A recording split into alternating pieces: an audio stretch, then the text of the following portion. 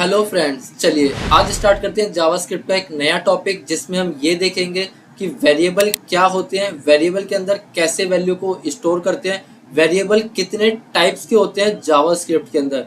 जैसे कि previous video में हमने ये समझा था कि जावास्क्रिप्ट क्या है, जावास्क्रिप्ट को क्यों यूज करते हैं, जावास्क्रिप्ट को कितने टाइप से यूज करते हैं और उन टाइप्स में हमने यूज करके देखा भी था। इन पेज और एक्सटर्नल दोनों में हमने स्क्रिप्ट टैग लगा के बेसिक काम करा था कि सिर्फ और सिर्फ हमने प्रिंटिंग करी थी, अपना फर्स्ट कोड प्रिंट कराया था कि जावास्क्रिप्ट में अगर प्रिंट कराना तो कैसे उसको यूज करते हैं। तो सबसे पहले आज हम यूज करते हैं वेरिएबल को कि वेरिएबल क्या है। तो अगर हम नॉर्मली बात करें कि जैसे कि हमने प्रीवियस वीडियो में देखा था कि प्रिंट कराने के लिए हम लिखते थे डॉक्यूमेंट डॉट राइट। अब अगर मैं बात करता हूँ कि वेरिएबल का जो मतलब होता है, variable are containers for storing information, यानी कि वेरिएबल जो है वो आपका एक एम्पैथी कंटेनर है। वेरिएबल जो है हमारा क्या है, एक एम्पैथी कंटेनर है जिसके अंदर हम जो भी चाहते हैं अपनी वैल्यू स्टोर कर सकते हैं। अब वो वैल्यू आपकी कुछ भी हो सकती है, नंबर्स हो सकते हैं, स्ट्रिंग्स हो सकती है, कोई टेक्स्ट हो सकता है, कुछ भी हो सकता है। तो उसका बेनिफिट क्या है? अब मैंने एक वेरिएबल के अंदर वैल्यू को स्टोर तो करा दिया, लेकिन मैं क्यों करा रहा हूँ? मैंने तो बिना स्टोर कराए भी प्रिंट करा ही लिया था जावास्क्रिप्ट के अंदर। उसका बेनिफिट ये है कि जैसे कि एग्जांपल अगर मैं बात करूं, मेरे को ये वाला टेक्स्ट प्रिंट कराना है, Delhi school of skill development. अब मैंने क्या काम करा, एक वेरिएबल डिफाइन करा। वेरिएबल का नाम आप कुछ भी रख सकते हैं, वेरिएबल का नेम हम क्या नहीं रख सकते हैं वो भी मैं आपको बताऊं कि किस तरीके से हम वेरिएबल का नेम डिफाइन करते हैं। फिलहाल मैंने बात करा कि मैंने एक वेरिएबल का नेम डिफाइन कर दिया एक्स, और इस एक्स के अंदर मैंने एक वैल्यू रख दी Delhi school of skill development. अब मुझे हुआ क्या कि जैसे ये वैल्यू जो है Delhi school of skill development वाला कंटेंट जो है ये क्या हो गया, एक्स वेरिएबल के अंदर स्टोर हो गया। क्यों? एक्स तो खाली था, एक्स तो एम्पैथी है, तो एक्स का मतलब जैसे कि मैंने बात करा वेरिएबल लाइक अ एम्पैथी कंटेनर, तो एक्स क्या एक वेरिएबल है और ये क्या आपका एक खाली कंटेनर है। तो इसके अंदर क्या काम करा, मैंने इस वाली वैल्यू को स्टोर कर दिया।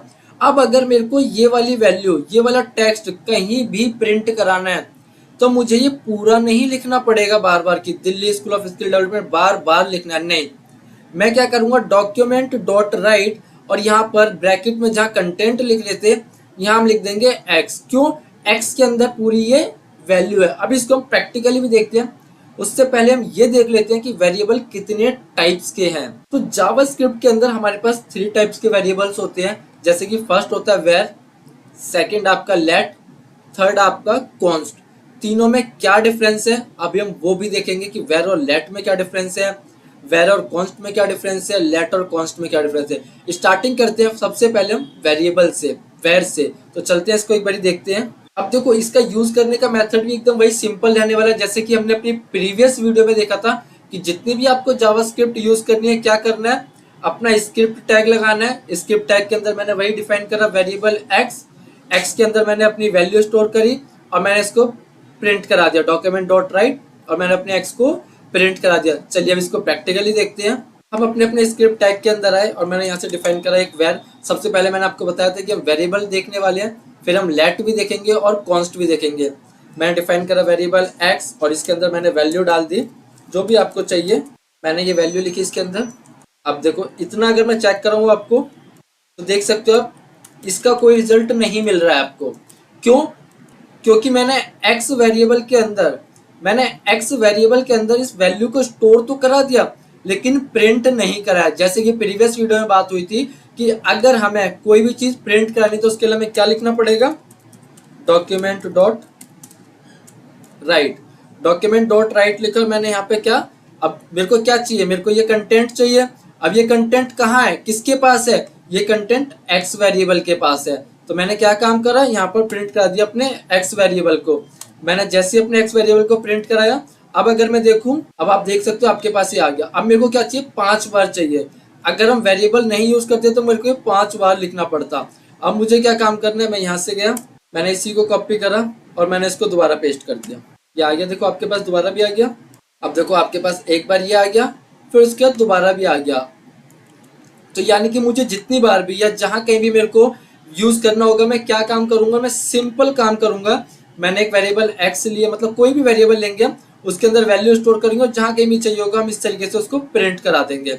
अब अगर मैं क्या एक वेरिएबल का नाम दोबारा डिफाइन कर सकता हूँ, जैसे कि मैंने एक बार ये करा, मैंने इसको प्रिंट करा दिया था, या मैंने दूसरा ले लिया, मैंने सेम ले लिया एक और वेरिएबल एक्स और इसके अंदर मैंने डाल दिया हेलो वर्ल्ड। अब क्या होगा, क्या प्रिंट होगा, ये प्रिंट होगा फर्स्ट वाला या सेकंड वाला? अगर हम प्रिंट करके देखें और मैंने अपना एक्स ले लिया, अब देखो बेसिकली होगा क्या, सेकंड वाला प्रिंट होगा। क्यों? ये इसको ओवरराइट कर देता है। अगर मैं चेक करूं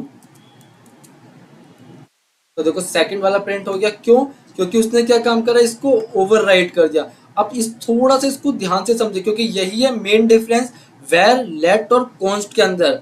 अब जैसे कि आपने वेरिएबल एक्स पहले यू लिया था, फिर आपने एक कंटेंट ये लिखा, फिर दूसरा वेरिएबल लिया और मैंने एक कंटेंट ये लिखा, तो इसने क्या काम कर रहा है, इसने इसको ओवरराइट कर दिया। कोई एरर नहीं दे रहा ये क्या काम कर रहा है, इसको ओवरराइट कर रहा है कि दोबारा जो आपने दूसरा वेरिएबल लिया मैंने उसका रिजल्ट प्रिंट कर दिया।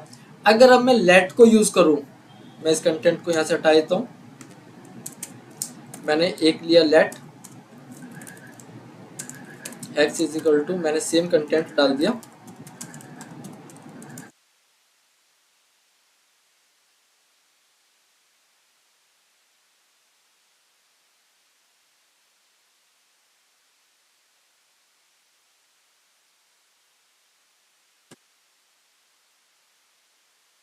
अभी तक मैं देख रहा हूं तो मेरे को कोई फर्क नहीं दिख रहा। वेरिएबल ने भी वो काम कर दिया था और लेट भी वो काम कर, तो डिफरेंस क्या है? अब अगर आप यहाँ पर एक दूसरा वेरिएबल डिफाइन, दूसरी वेरिएबल के लिए हम लेट ले लेते हैं और इसके अंदर अगर मैं कोई कंटेंट लिख देता हूँ, अब वेरिएबल क्या काम कर रहा था, वेर क्या कर रहा था, उसको ओवरराइट कर रहा था, लेकिन लेट क्या करेगा, उसको एरर दे देगा। वो कहता है जी मैं इसको यूज नहीं, लेट इसको एरर दे देगा कि जब आप एक बार यूज कर चुके हो लेट, तो आप उसको दोबारा यूज नहीं करोगे। अगर रिजल्ट देखें, ये देखिए हमने यहाँ से कंसोल में देखा, उसने एरर दे दिया, identifier x has already been declared.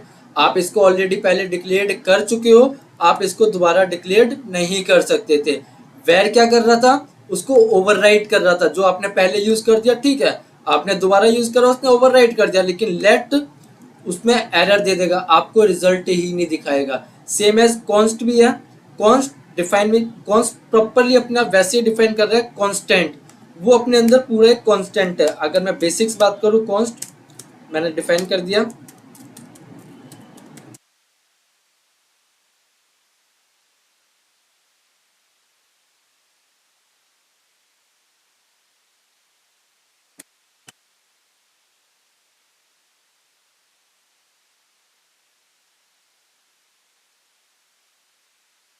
ये एकदम क्लियर रहेगा जैसे आपका पहले था।